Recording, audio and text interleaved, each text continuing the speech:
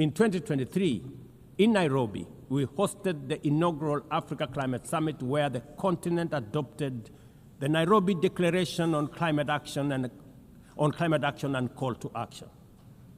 Just 2 weeks ago, in Addis Ababa, Africa came together once more at the second Africa Climate Summit to reaffirm our commitment and strengthen our ambition for climate-positive growth. We declared Africa not just as a victim of the crisis, but as a source of solutions, with climate action driving economic growth, transformation, and job creation for our communities. Ambition, ladies and gentlemen, cannot stand on willpower alone. Implementing our new NDCs will require $56 billion. That is why we call on the global community to unlock the $300 billion agreed at Baku and to accelerate negotiations towards the new $1.3 trillion goal under the Baku-Belém roadmap. Without affordable finance and without reform of the international financial architecture, the promise of climate action in Africa will remain constrained. Madam President, in the aftermath of World War II, the Bretton Woods institutions were created to stabilize the global economy and rebuild war-torn Europe. At that time, their design reflected the power and interest of the victorious nations, who were also their primary shareholders and beneficiaries. The IMF was tasked with upholding the gold standard exchange rate system, while the World Bank was established to finance Europe's reconstruction. Both have since evolved into development finance institutions, but their structures, decision-making, and governance remains dominated by wealthy nations. Today, the global context is vastly different. The global standard collapsed 5 decades ago, and Europe has long since been rebuilt. Yet, the governance of these institutions has not kept pace with needs of a multipolar world, especially the needs of poor and developing nations. The mismatch between shareholders and stakeholders has become starkly visible. For instance, during the IMF's recent allocation of special drawing rights, 64% went to wealthy nations. Just imagine, 64%. With little need for liquidity support. They didn't need the money anyway, but they got 64%. While the poorer countries received just 2.4%. What a disconnect. The imbalance highlights how the very institutions meant to safeguard global finance stability often perpetuate inequality and instability. I have argued, and I say it again, that the current global financial architecture punishes poor countries with high interest rates and enormous conditionalities, while rewarding rich nations with lower interest rates and softer lending rates. Its rules, priorities, and allocation mechanisms consistently favor those already prosperous, while trapping vulnerable economies in cycles of debt, high borrowing costs, and inadequate access to emergency support and concessional funding. It is imperative to transform these institutions into genuinely independent, apolitical global bodies that their operations are aligned with their global mandate. Such a shift would democratize decision-making, restore credibility, and allow the IMF and the World Bank to serve all countries fairly rather than reinforcing old hierarchies. But Africa is not merely waiting for external prescriptions. We are taking bold and deliberate steps to strengthen our financial independence, safeguard our stability, and accelerate our development. Kenya, for instance, fully endorses the establishment of the Alliance of African Multilateral Financial Institutions, launched with the Africa Union in February 2024. This alliance brings together our homegrown banks, Afrexim Bank, the Africa Finance Corporation, the Trade and Development Bank, Shelter Africa Re, Africa Development Bank, Africa Trade and Investment Development Insurance, and ZEPRI, institutions that embody Africa's determination to mobilize resources, finance trade, and build resilience on our own terms.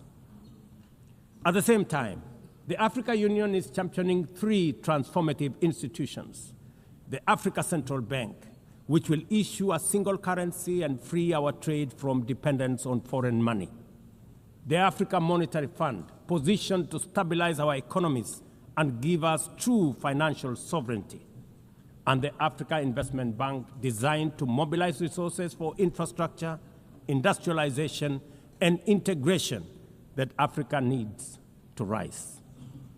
And to complete this vision, the Africa Credit Rating Agency, one that understands our realities, values our uniqueness, and tells our story with fairness and truth, has already been established.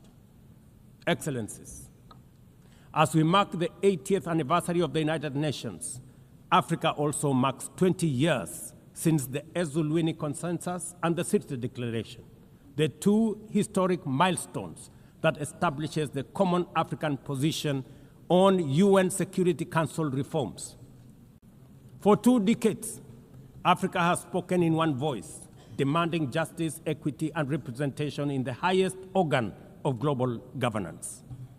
This demand, however, continues to be ignored, deferred, or endlessly debated to the detriment of both Africa and the legitimacy of the United Nations itself.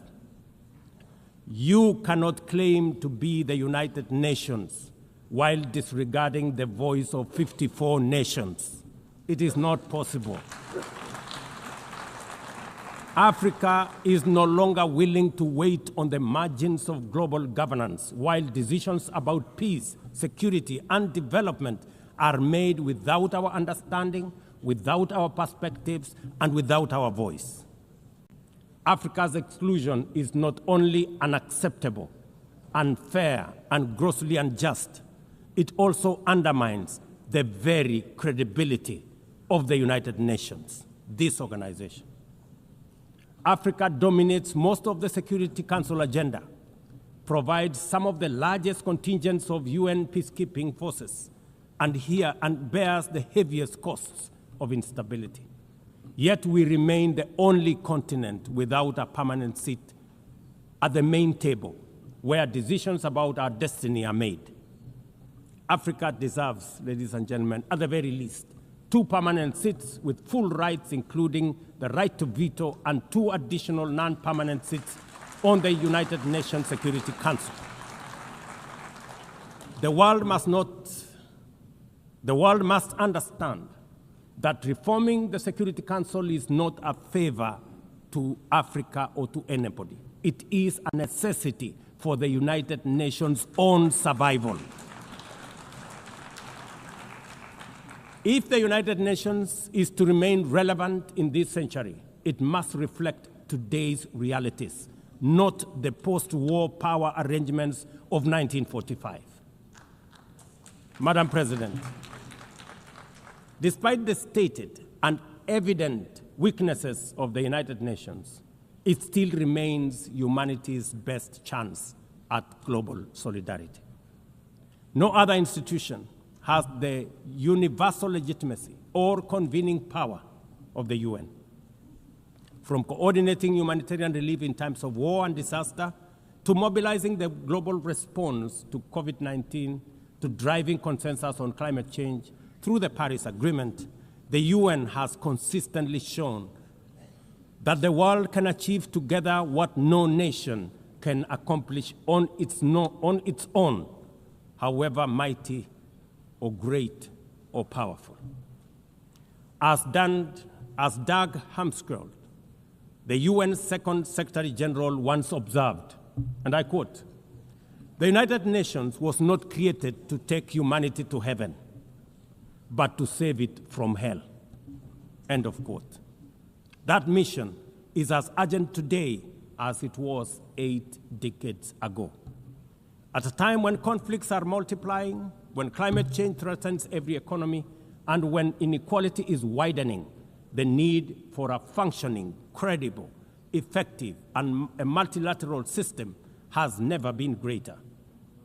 It is through the UN that nations have pooled resources to vaccinate billions of children, to protect refugees from through the work of the UNHCR, and to keep the peace in more than 70 missions across the world. Without the UN, these achievements, modest though they may sometimes seem, would not have been possible. That is why we must resist the temptation to give up on the UN or abandon it. We must make it fit for purpose, reform its structures, strengthen its mandate, and ensure its decisions reflect today's realities rather than the geopolitical map of a bygone era. As one of the hosts of the UN headquarters and the only one in the Global South, Kenya stands ready to do its part to enable the organization to go through this phase of renewal successfully as envisaged by the Secretary General under UN 80 reforms. In conclusion, Madam President, ladies and gentlemen, the 80th anniversary of the United Nations must be more than a commemoration. It must be a turning point for the organization. Let us seize this moment to reimagine and rebuild the UN into a body that commands legitimacy, responds with speed, and delivers justice for all. I thank you, and God bless you. On behalf of the Assembly, I wish to thank the President of the Republic of Kenya and Commander-in-Chief of the Defense Forces.